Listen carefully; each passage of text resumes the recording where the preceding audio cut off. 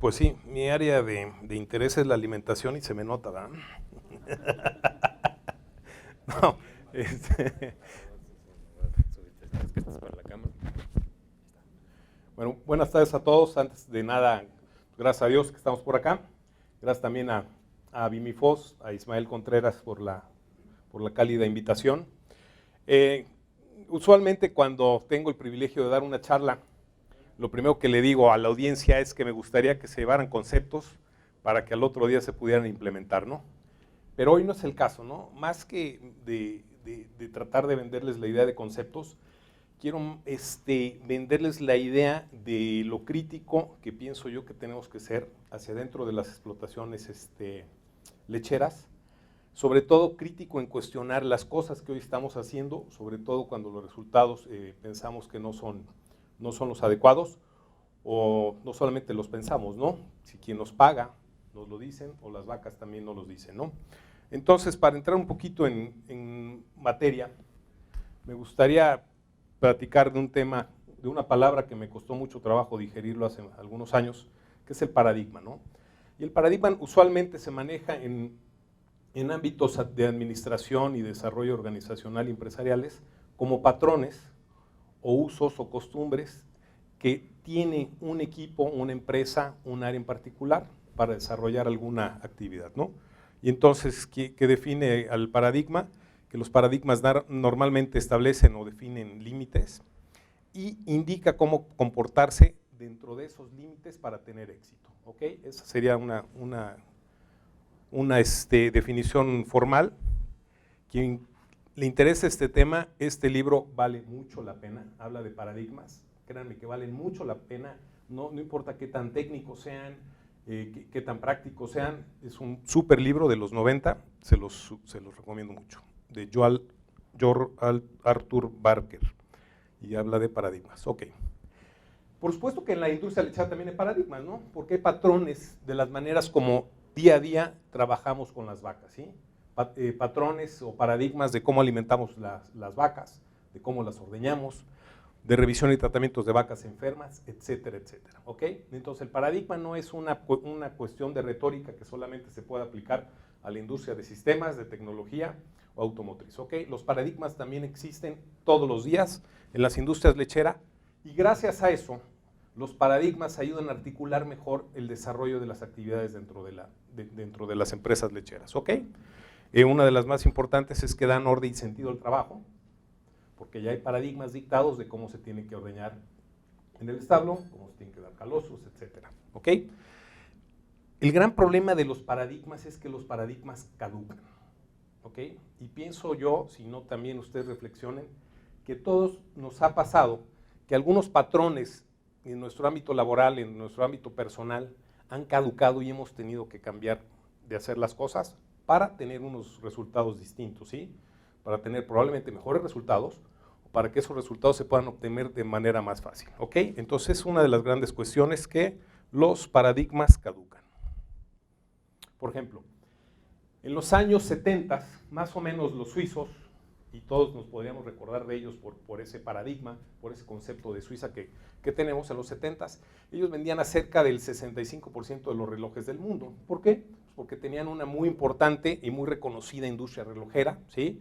Unos súper técnicos en cuestiones mecánicas, unos grandes relojes, había económicos, pero también los había caros, ¿sale? Entonces, uno de los paradigmas que teníamos cuando nos decían Suiza, eran ellos saben hacer relojes y los hacen muy bien, ¿sí? ¿Ok? Bueno, pero entonces resulta que en los años 80 se fueron y se desplomaron y nada más ellos tenían el 10% de las ventas mundiales. ¿Y qué fue lo que pasó? Hubo un cambio tecnológico para el cual ellos no pudieron adaptar su paradigma, que era hacer relojes mecánicos. ¿Y quiénes aparecían? ¿Ok? Por supuesto que aparecen los amigos japoneses con relojes electrónicos, eran novedosos, eran más sofisticados, tenían más atributos y seguramente también algunos de ellos eran más baratos. Y entonces, los japoneses de traer 1% de ventas mundiales en los 70s, se fueron a los 80s en 35% de ventas mundiales. ¿Ok? Entonces, a pesar de que un paradigma pueda ser exitoso en un momento dado, eso de ninguna manera es una ley de oro que diga que ese va a ser el paradigma que siempre va a estar ahí y que va a ser el mejor, ¿ok? A eso me refiero yo de tener aperturada nuestra mente, ¿vale? Bueno, ¿cuál es la ruta de un paradigma? Aquí está. Por este lado, en el eje de las X, ven ustedes el tiempo, y por este otro lado, los problemas resueltos. Entonces vamos a pensar en un paradigma que sería cómo tengo que manejar a la becerra recién nacida, ¿ok? Pues aquí parece que no hago nada, entonces los problemas resueltos no mejoran, y después, por influencia de algún agente externo o de alguien adentro de la organización, me dicen cómo tengo que calostrar las becerras y mejoro, ¿ok? Pero después este paradigma me vuelve a otorgar los mismos resultados, ¿sale? Y lo hemos vivido, ¿no? Cambia la técnica de inseminación, cambia el protocolo de hormonas, cambia la suplementación, etcétera, etcétera. Vemos un avance y después nos quedamos estancados en el avance, ¿sí? Y es que los problemas no se van a resolver solo si no cambiamos la forma de hacer las cosas, ¿ok? Entonces es uno de los grandes problemas del paradigma, ¿ok? Vean ustedes esos ejemplos, ¿no? Y algunos probablemente están muy jóvenes y no los vivieron, pero otros pues, les va a dar mucha risa, ¿no? En la alimentación yo aprendí que sin alfalfa no había leche, así, ¿ok? Que era imposible, ¿no? Mucho maíz enazca al ganado. ¿Alguien sabe qué significa enazcar? ¿No? Es una palabra de los Altos de Jalisco que es como empachar. Entonces, más vale que el que venda concentrado en Jalisco no le ponga mucho maíz. Ahórreselo. Mejor póngale cascarilla de soya y mucho rastrojo y entonces no se van a enazcar las vacas, ¿no? Aunque tampoco van a dar leche. Vacas paridas con su paca de alfalfa. Vaya, a mí cómo me costó trabajo quitar esa costumbre. Las vacas secas tragan lo que sea, la urea es mala, ¿sí?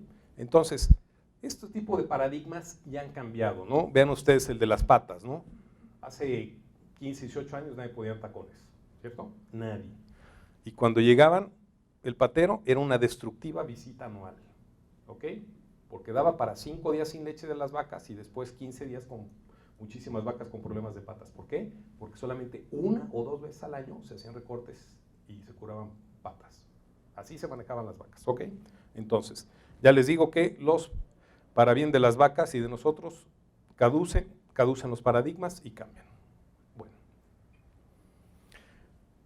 ¿De qué manera tenemos que romper los paradigmas? Con intervenciones. Entonces, en la medida que hay más intervenciones y cambiamos para un mismo paradigma las maneras de hacer las cosas, se incrementan los problemas resueltos, ¿ok?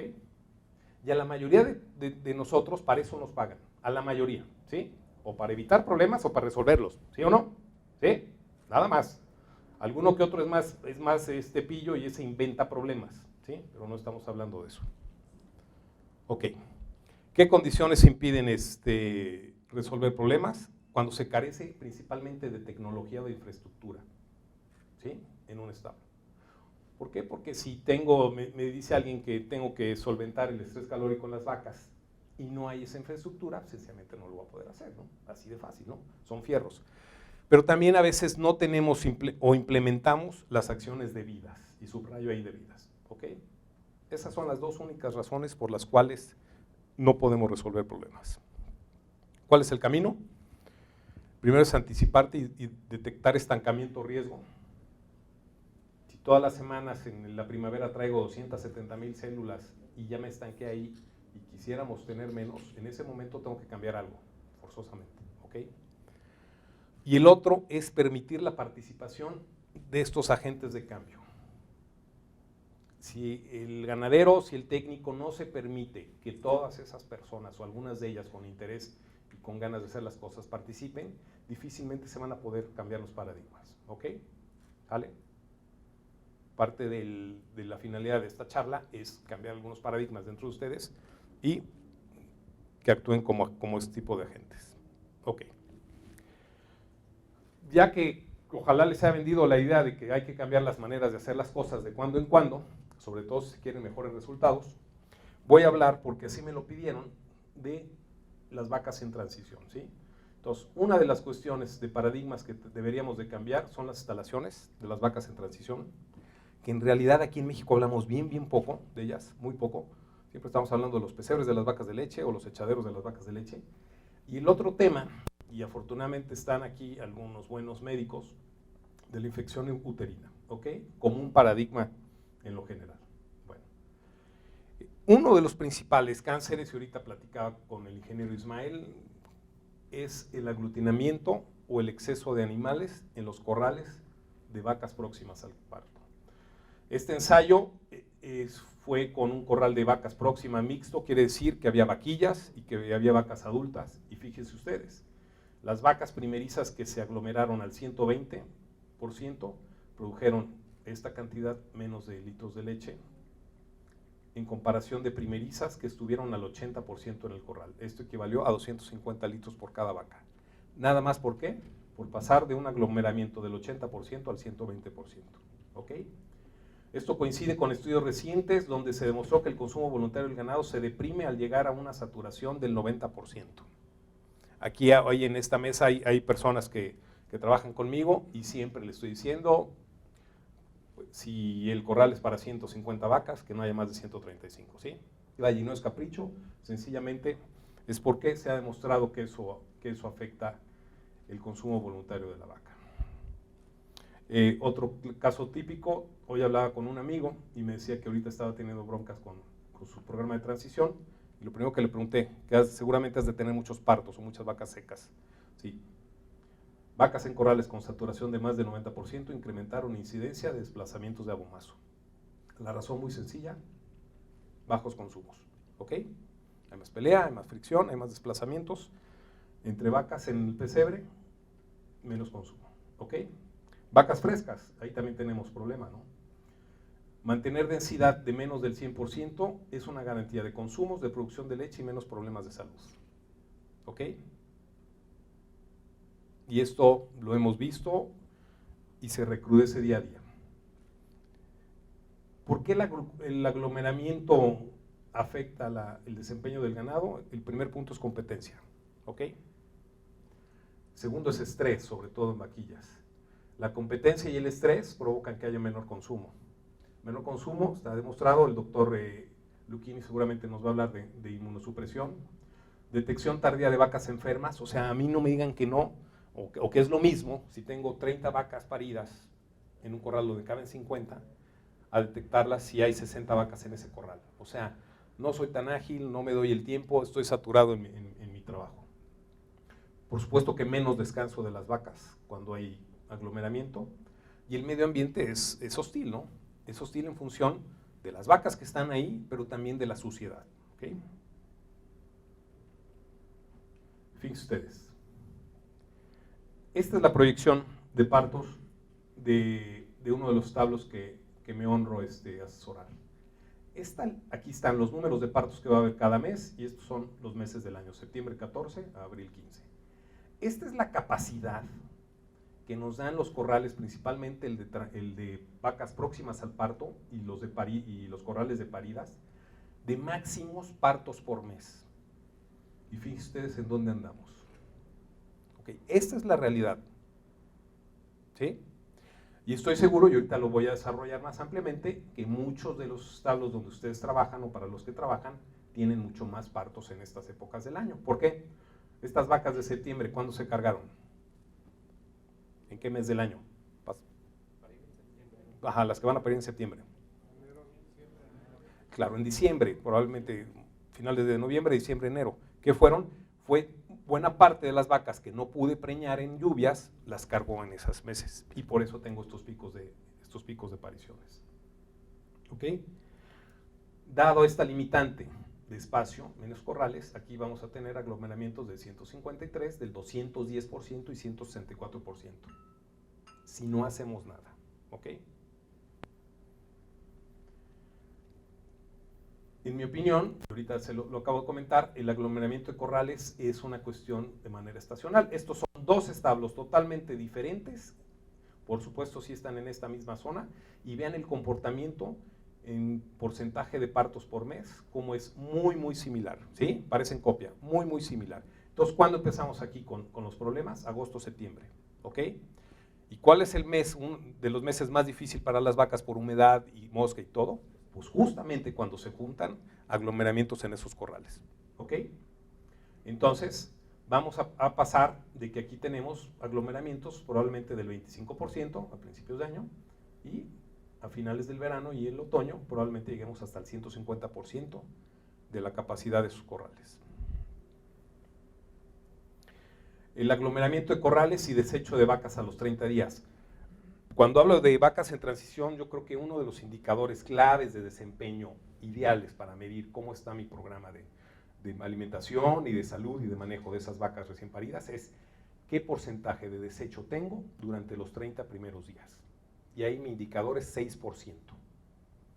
De todas las vacas que parieron en agosto, después de que haya pasado un mes en todas unas de ellas, cuántas se murieron o cuántas fueron al rastro, y tiene que ser 6%.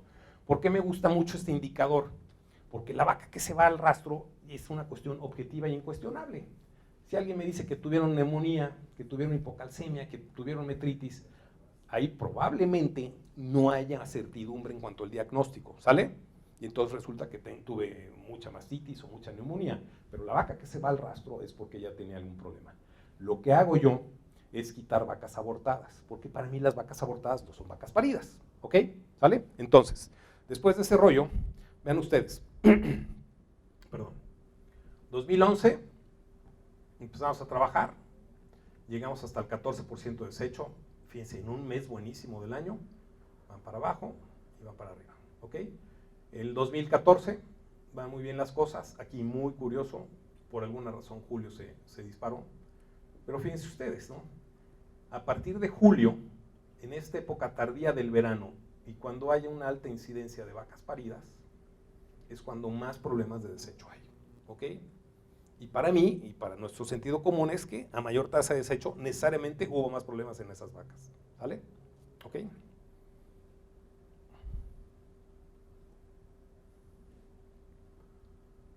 Aglomeramiento en corrales, otra vez.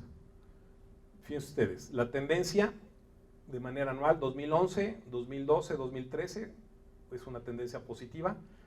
Hasta agosto iba un 5%, ok, pero nos faltan meses difíciles. El clima o aglomeramiento, por supuesto que ya lo comenté, todos los bloques amarillos son bloques que están arriba del 6%. Y en el 2011 es muy obvio para mí que el problema de manejo y alimentación fue un factor común, ¿sí? Ahí se morían de todas, no importando si era bueno el clima, no importando si parían pocas, ¿ok? Pero entonces, nuevamente, ¿no? Problemas de vaca en transición, muy seguramente empiece por ahí de junio, julio y hasta octubre. Noviembre y diciembre, a pesar de que paren muchas vacas, no hay tantos problemas con las vacas en transición, ¿ok? Entonces, a mí se me hace algo muy, muy interesante.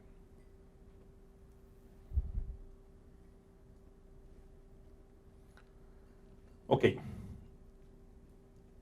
Para evitar el aglomeramiento de los corrales, Nigel Cook de Madison sugiere hacer una corrección cuyo objetivo sea que el 90% de las semanas los corrales serán suficientes para los partos, para atender a los partos en los establos. Y entonces lo que él sugiere es que se obtenga el número de partos promedio por semana y se multiplique por 1.4, ¿ok? 35 partos de vacas por 1.4, yo en realidad tengo 49 espacios. Pero como siempre hemos hecho el número de la ranchera, pues, probablemente los corrales sean para 35 vacas de capacidad, ¿sí? Y todavía peor, si de suyo ya eran limitantes por el tema de la estacionalidad, en la gran mayoría de establos donde ustedes trabajan, y yo trabajo, han crecido el número de vacas ordeñadas, ¿cierto? Y crecen las salas de ordeño y crecen los corrales para ordeñar vacas, pero no crecen los corrales ni de secas, ni de próximas, ni de paridas, ¿ok? Perdón. Entonces, en mi ejemplo, 25 partos de vaquillas por 1.4, 35 espacios. Si mis secas van a estar 6 semanas secas, ¿por qué? Porque lo otro van a estar en próximas, son 210 espacios. Próximas en vacas, 3 semanas, 147 espacios. En vaquillas, 3 semanas, 105 espacios, ¿ok? Este debería ser el paradigma para establecer requerimientos en los corrales de secado hasta recién paridas, ¿ok? Sí, Carlos. Multiplicaste los 49 por 6 semanas, ¿verdad? Sí, señor, Okay. sí. Sí. No, espérame. No, acá hay un error, pero sí debe ser, es 6 por 49, son 6 por 4, 24, 294, sí, sí, por 30. sí, sí, ok. Si se hace ese ejercicio, en cada columna roja son los partos que ha habido en un establo donde trabajo durante los últimos años, ok. Y entonces, ese establo es capaz de sostener 50 partos a la semana por capacidades de corrales. Si aplico yo esto, o sea, me voy 40% arriba de mi promedio, entonces fíjense ustedes, si incremento esa capacidad, muy pocas semanas al año van a ser inviables que se sostengan unos buenos momentos en esos corrales sin saturación, ¿ok? ¿Sale?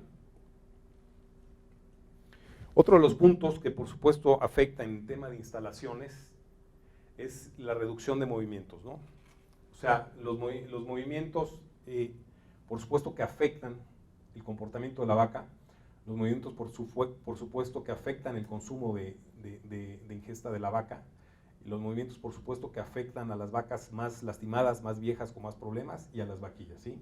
Entonces, una propuesta también de la gente de Madison es esta, y fíjense ustedes, se me hace interesante.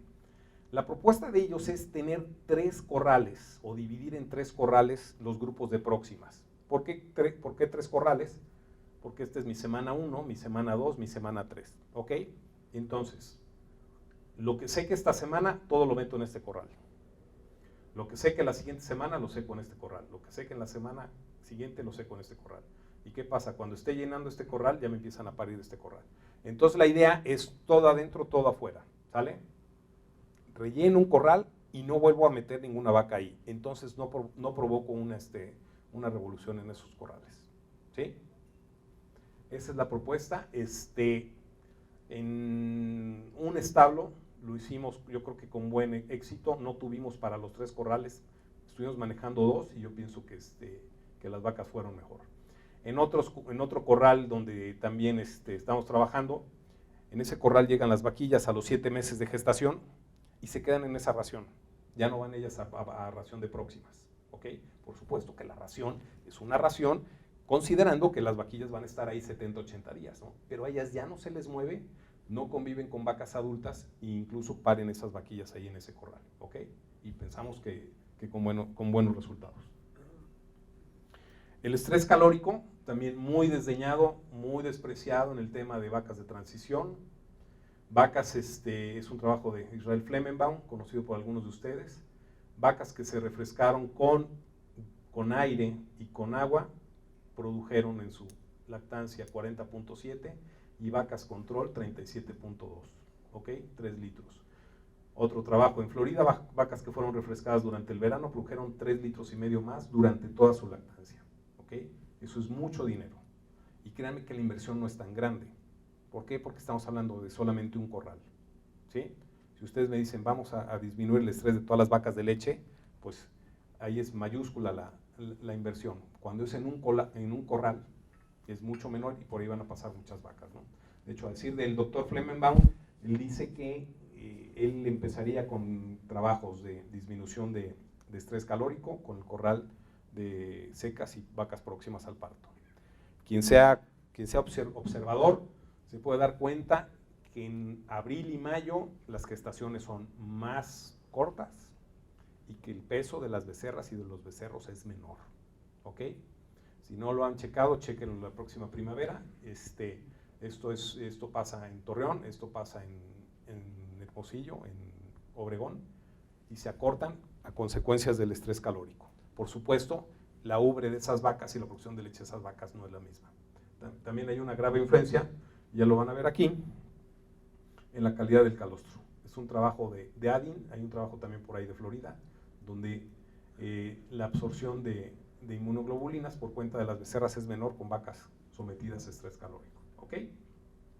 Entonces, todo este efecto es por consecuencia del estrés, ¿no? Algo que yo pienso que no es negociable de ninguna manera es que las vacas secas y próximas al parto cuenten con un pesebre techado y con sombra suficiente, ¿ok? Lastimosamente hoy no es el factor común en nuestras ganaderías. Espacio por pesebre, por supuesto, importantísimo. Cuando se dio 100 centímetros de ancho en vez de 50 centímetros, se incrementó 24% la ingesta en el pesebre. Un trabajo del doctor De Vries, ahí están los números. Las pescueceras, hay mucha controversia de que si son mejores las pescueceras o el poste sobre los rieles. No he encontrado yo muchos trabajos, o la mayoría me dicen que no hay diferencia. Incluso hay ventajas de tener pescueceras, obviamente por el manejo, pero las vacas subordinadas tuvieron menos viajes al pesebre con poste y riel. ¿Por qué? Porque ellas se sentían más susceptibles cuando estaban aquí tragando que cuando tragan acá.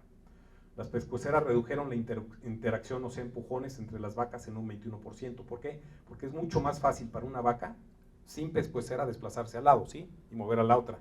Y aquí es mucho más difícil que muevan a la otra, ¿ok? Y mi otra pregunta, ¿no?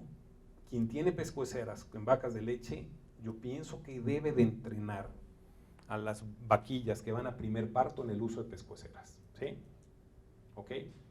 Yo hoy donde trabajo y donde trabajan muchos amigos, donde hemos estado viendo más problemas de salud es en primerizas.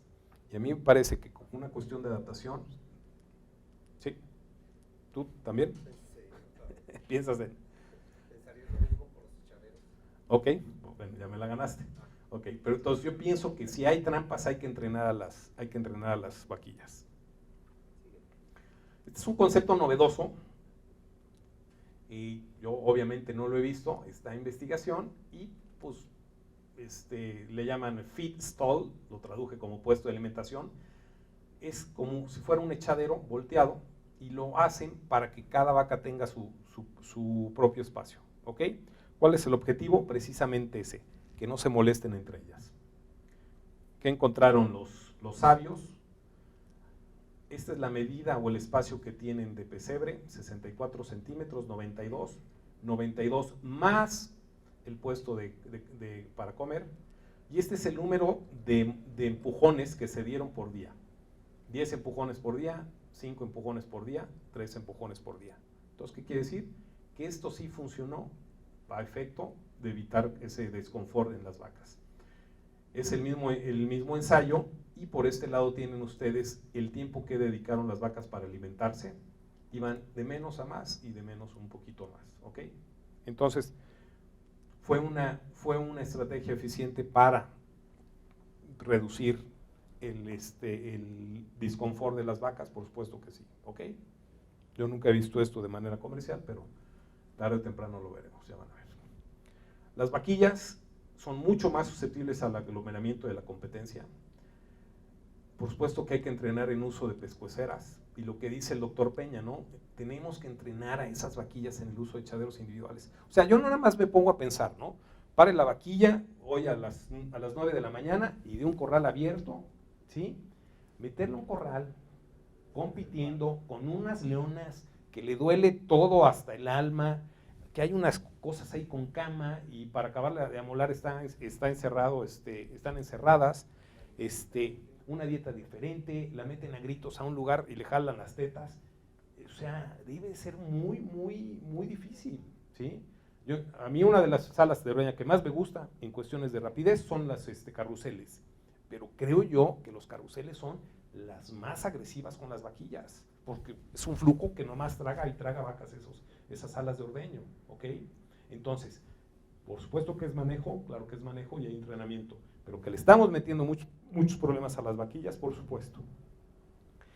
El otro tema, yo soy de la opinión que si hay trampas, hay que entrampar a todas las vaquillas gestantes o en próximas, de menos una vez al día, 40 minutos, pasarles por atrás, hablarles, cepillarlas los que quieran, ¿sí? O sea, eso es manejo.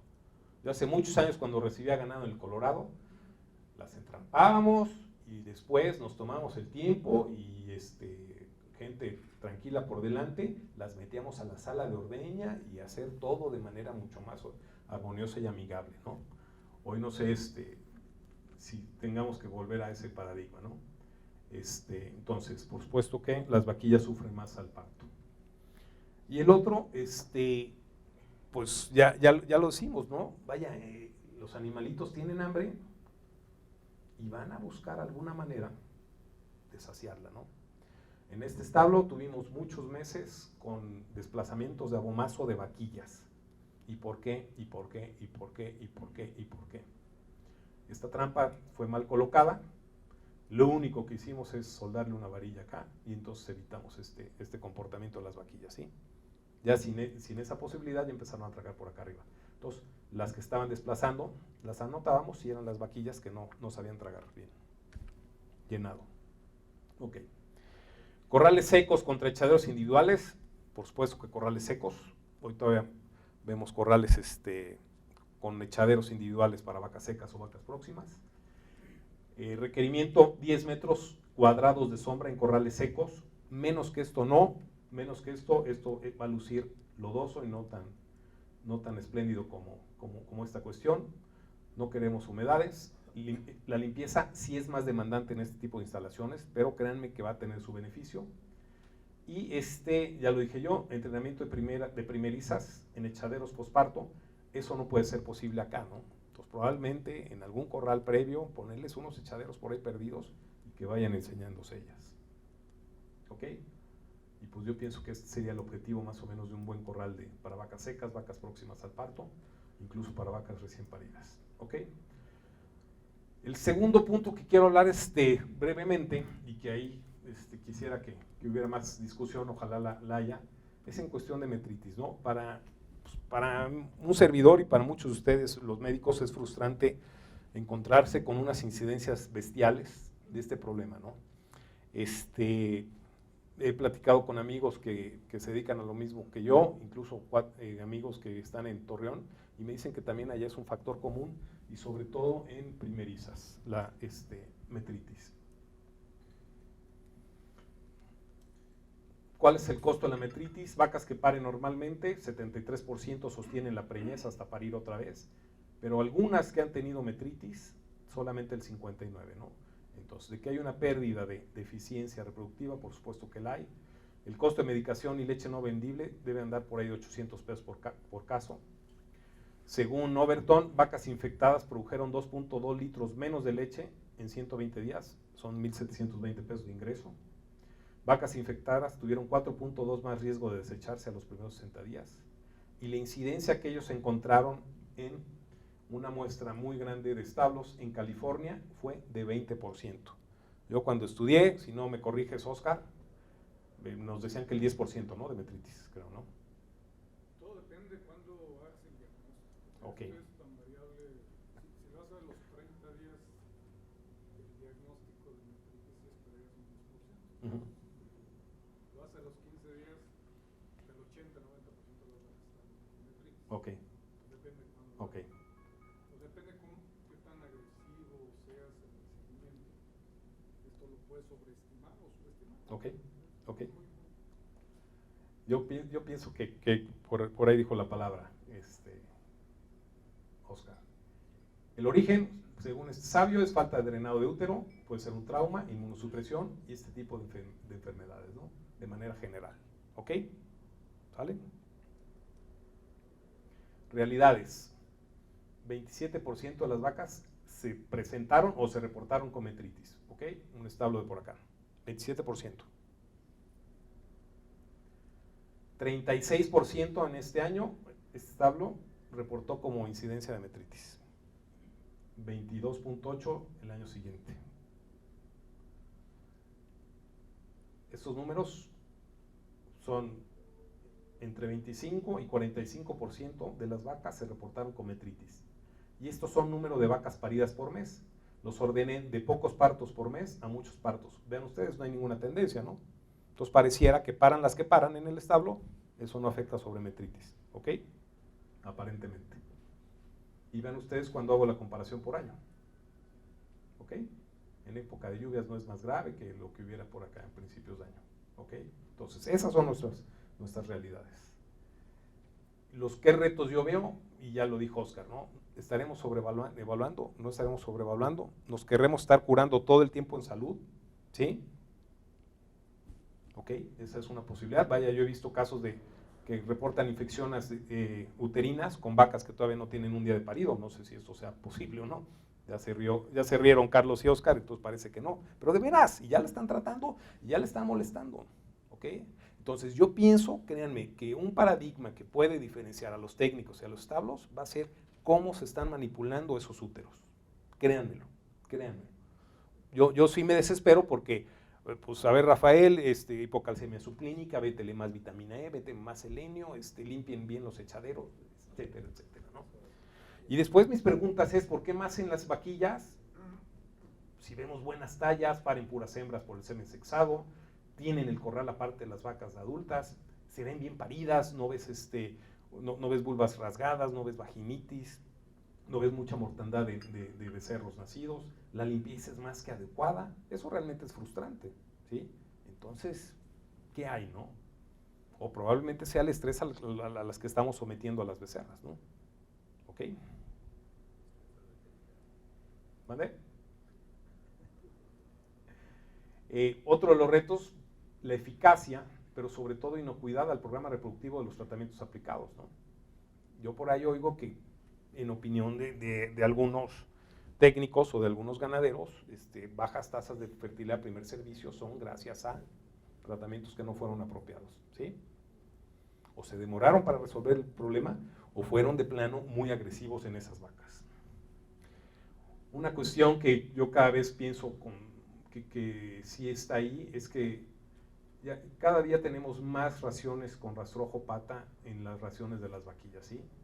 El problema de micotoxinas, ustedes lo saben, son problemas sobre todo acumulativos. Entonces probablemente ahí tengamos algo de problemas al alimentar así a esas vaquillas. Y el otro reto es, bueno, pues ¿qué más nos ofrece el balanceo de raciones? Y seguramente sobre esto nos va a platicar el doctor Luquini. ¿Ok? A manera de epílogo, pues mi sugerencia es que rompan paradigmas y no tienen que ser necesariamente en estas áreas. Estas áreas las sugiero porque es el día al día, es lo que estamos viendo en el campo. Las vacas necesitan estar cómodas y tener suficiente espacio, por supuesto. Y esta es la pregunta, ¿no? Si el médico, si el encargado, si el administrador, si el ganadero está conforme con las infecciones uterinas que reportan de su ganado. ¿Okay? Pues bueno, esos son los tópicos que esta tarde quise compartirles. Y ojalá, pues, si hubiera más retroalimentación o más dudas de parte de ustedes, me enriquecería mucho esta plática. Gracias.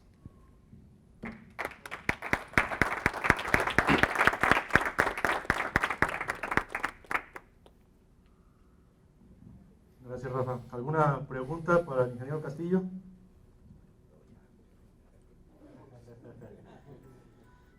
Rafa, yo tengo una pregunta. Tu opinión sobre a la hora de parir las vacas, con los corrales que describías, corrales de próximas, ¿está bien o qué opinas de la gente que se anima y construye parideros?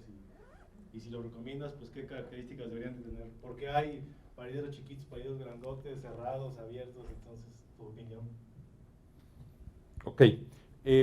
Lo que sí no se debería de hacer, mover una vaca que está dentro de 8 y 2 horas antes del parto, ¿sí? Eso por definición no se debería mover. El problema es que, ¿dónde traen el numerito de cuántas horas les faltan por parir a las vacas? ¿Sí? ¿Ok?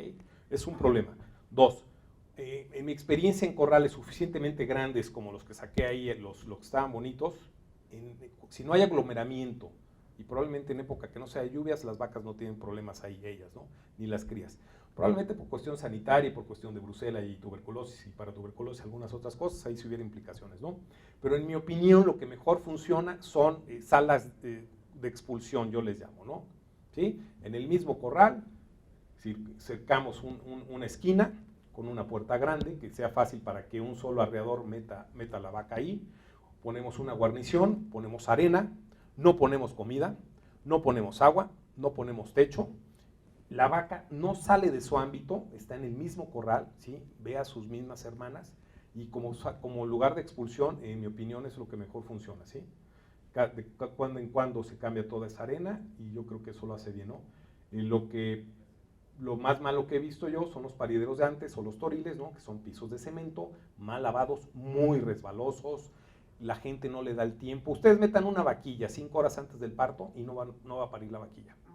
La sacan de ese paridero y va a parir en el corral, ¿sí o no? Gabriela tuvo mucha experiencia también con becerras recién nacidas, ¿ok? Entonces, para acabar pronto, yo pienso que es un cuadrito de expulsión en condiciones de higiene supremas, ¿no? ¿Sí? ¿Qué requiere eso? Pues mucho manejo, hay que estar con las vacas, ¿no?